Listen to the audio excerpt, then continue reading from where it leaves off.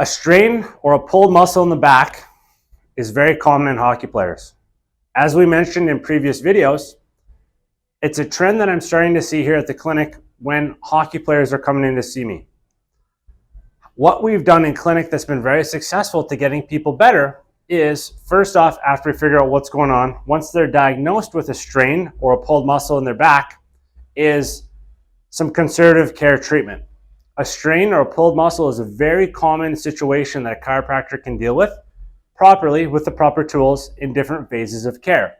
Now, acute care is going to look very different than subacute or chronic care when seen for these types of strains.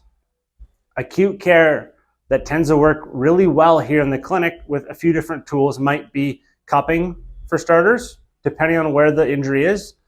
Mid-back strains or mid-thoracic strains are very common in hockey players, and so players tend to respond really well to cupping, adjusting in pain-free areas, making the joints move better and also decrease pain, and also manual muscle work to try and get those muscles to calm down and relax.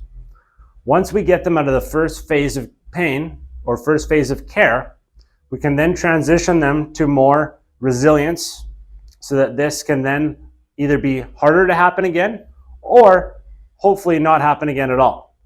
And that resilience type of care tends to rely a lot on load versus capacity.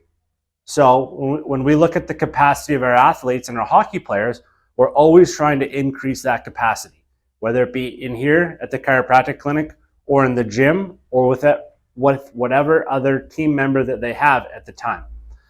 When load increases past capacity, now we might have issues, right? Now this might not be right now, it might be down the road, or it might just be the straw that breaks the camel's back. However, with strains of the thoracic spine muscles or pulled thoracic spine muscles, cupping, adjusting, and manual muscle work tends to respond really well, and people tend to respond very well to it up to this point.